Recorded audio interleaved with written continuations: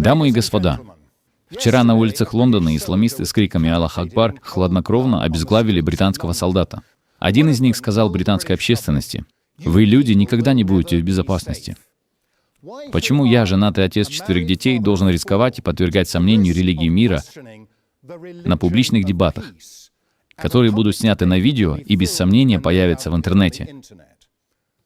Я познакомился с Аян Хирси Али, которая была вынуждена скрываться, а затем покинуть Европу после того, как ее друга, Тео Ван Гога, постигла та же участь, что и солдата, в Амстердаме. Я встречался с историком Бенни Моррисом, который подвергся нападению студентов-мусульман у здания Лондонской школы экономики, только потому, что он был израильтянином. У меня есть британские друзья, которые были вынуждены переехать в безопасное и охраняемое убежище из-за подобных угроз. Но я приехал именно потому, что не хочу жить в страхе в свободной стране, в нашей стране. Я не хочу, чтобы этот великий университет, наш университет, стал местом, где запугивают ученых. Я не хочу, чтобы свобода слова умерла на земле, которая подарила эту самую драгоценную свободу остальному миру, включая многие из 56 государств, называющих себя исламскими. Я не хочу, чтобы мусульманские женщины терпели домашнюю тиранию. Опрос Пью показал, что более 90% из 1,5 миллиарда мусульман в мире считают, что жены всегда должны подчиняться своим мужьям. 90%. Ранее сегодня я присутствовал здесь, в Оксфорде, на похоронах моего дорогого друга, профессора Гезы Вермеса, человека, чья выдающаяся карьера показывает, что такое свобода и почему мы должны бороться за ее сохранность. И это только потому, что он, в отличие от своих родителей, пережил Холокост в Венгрии. Он приехал сюда, чтобы основать еврейскую школу. Церковь скрывала Гезу от нацистов, и после войны он стал католическим священником. Но позже он раскритиковал церковь из-за своего отношения к свиткам Мертвого моря, которые, по его мнению, должны быть доступны академическому миру, независимо от их значения для истоков христианства. Действительно, он стал ведущим специалистом и первым перевел их на английский язык. Позже он оставил священнический сан, женился и решил вернуться к своим еврейским корням. Здесь, в Оксфорде, Геза начал исследовать то, что он называл еврейским Иисусом. Не Сыном Божьим и даже не основателем христианства, а харизматичным еврейским проповедником.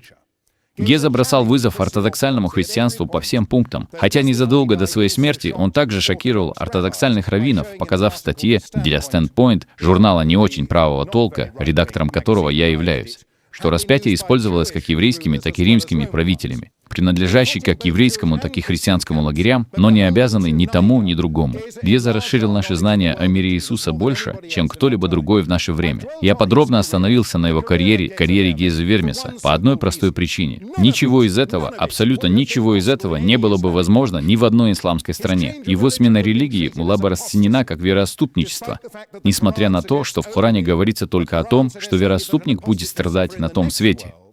По законам шариата это преступление карается смертной казнью, и во многих странах с мусульманским большинством действительно применяется смертная казнь. Последний опрос Пью показывает, что большинство мусульман по всему миру согласны с этим суровым наказанием. Еще хуже в глазах исламских авторитетов выглядело бы расследование Гезы Вермеса об Иисусе, если бы он попытался применить те же современные научные методы к пророку Мухаммеду в исламской стране. Его, несомненно, казнили бы за богохульство как немусульманина или за вероотступничество, если бы он был мусульманином. Одним из недавних примеров стал ведущий исламский ученый в Судане, Махмуд Таха, который был казнен за вероотступничество только за то, что он представил ислам как религию мира, опираясь на более миролюбивые высказывания Мухаммеда, а не на воинственные доктрины, которые он принял позже. Такому непредубежденному интеллектуалу, как Геза Вермес, не только не нашлось бы места в исламской стране, но и не смог бы существовать такой университет, как Оксфорд, в котором свобода исследований всего, включая ислам, не просто разрешена, но и обязательна. В мусульманском мире нет университетов в этом смысле, и академическое изучение ислама, и особенно его основателя, сильно затруднено из-за подавления свободного интеллектуального поиска. Итак, как это отсутствие свободы слова и поиска связано с вопросом, который мы обсуждаем сегодня вечером? На мой взгляд, это крайне важно. У ислама есть потенциал стать религией мира.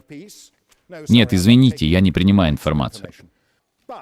Но для того, чтобы ислам действительно стал религией мира, ему потребуется значительное развитие. Ислам не сможет развиваться, если мусульманские власти, как религиозные, так и светские, не будут допускать свободы, которые мы на Западе считаем само собой разумеющимися. Свобода слова, свобода печати, свобода совести. Конечно, эти свободы сочетаются с другими основными принципами, которые отсутствуют в этих странах. Равенство перед законом, гражданские и политические права, конституционная демократия, экономическая свобода, отделение церкви или мечети от государства.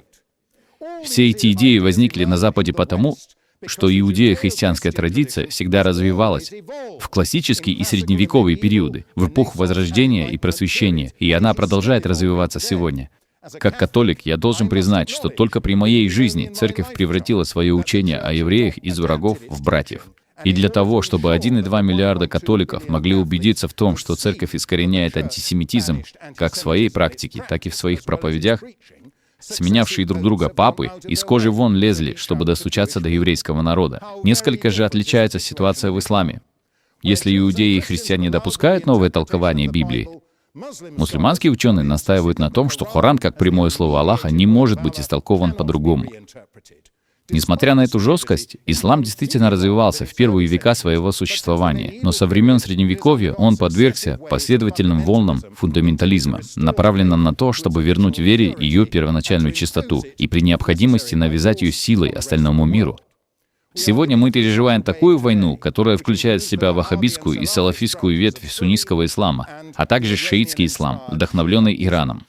Общее название, которое мы даем этим движениям — исламизм или радикальный ислам.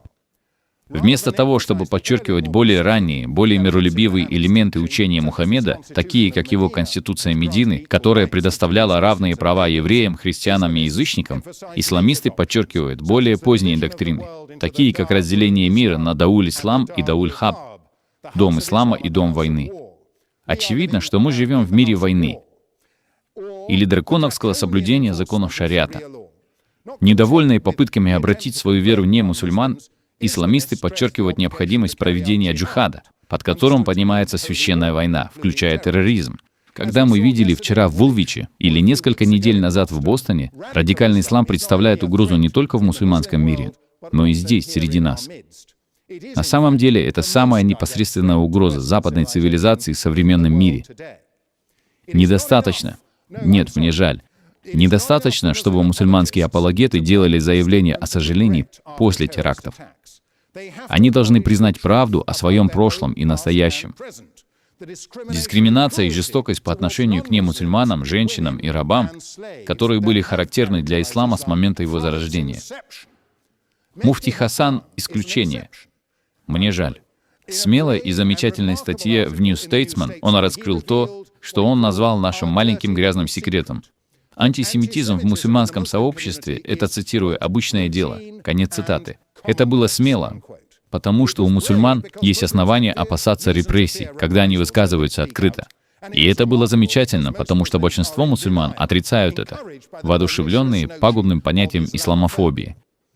Исходя из этого, полиция и другие власти отрицали факт изнасилования и эксплуатации девочек здесь, в Оксфорде. Это зло было раскрыто только на недавнем судебном процессе. Но какие еще маленькие грязные секреты муфти Хасан мог бы раскрыть? Кто еще из мусульман, по крайней мере, радикальных убеждений, склонен осуждать их в частной жизни? Что они говорят о христианах и других немусульманах, включая атеистов? А как насчет гомосексуалистов или женщин, которые одеваются или ведут себя не по-исламски? Мы знаем, чем исламское государство обязано всем этим и многим другим категориям людей. Они преследуют и убивают их. Они ссылаются на авторитет ислама, Корана, хадисов, шариата и других ведущих ученых. Я знаю, что есть и другие ученые, которые бросают вызов исламистам. Я имел честь встречаться с покойным Заки Бадави, основателем мусульманского колледжа, который боролся против притока финансируемых Саудовской Аравией имамов в британские мечети. Боролся за интеграцию мусульман и осуждал тот факт, что они были против Салмана Рушди. Но, к сожалению, Бадави проиграл все эти битвы.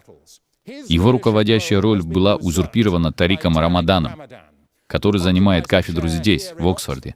Он принадлежит к совершенно другой традиции, традиции братьев-мусульман, авангарда исламизма. Откровенно говоря, профессор Рамадан — исламистский волк в овечьей шкуре. Остерегайтесь его. Религия мира должна следовать тому, что она проповедует. Я почти закончил. Достаточно посмотреть новости о преследованиях, войнах и терроре в мусульманском мире и за его пределами, чтобы понять, что религия мира — это пустой звук.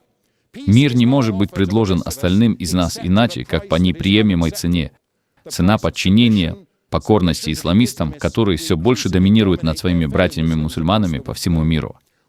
Один из террористов в Увиче сказал зрителям, что устроил резню, потому что хотел вернуть наши войска, чтобы мы все могли жить в мире. И он только что зарезал одного из наших солдат.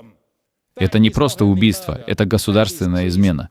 Пока ислам не будет очищен от радикалов, которые проповедуют от его имени, пока мы снова не сможем чувствовать себя в безопасности на наших улицах, ислам не заслуживает того, чтобы называть себя религией мира. Я призываю вас выступить против этого заявления.